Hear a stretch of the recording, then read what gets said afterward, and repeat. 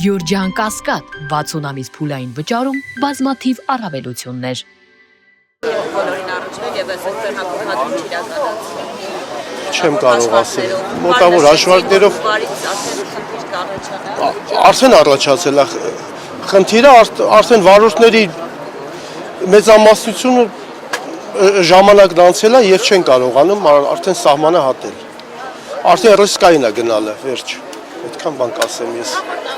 Նախարար Գևորգ Պապոյանը իջավ եւ ձեզ հետ զրուցեց, ասաց, որ բարձր մակարդակով զբաղվում են այդ հարցով, բավարարում է կառավարության աշխատանքները կամ փոփոխություններ տեսնում եք։ Այս բանի ոչ մի փոփոխություն չենք տեսնում։ Սպասում ենք լավ լուրերի։ Հույսով սպասում ենք, տեսնենք ինչ կանեն։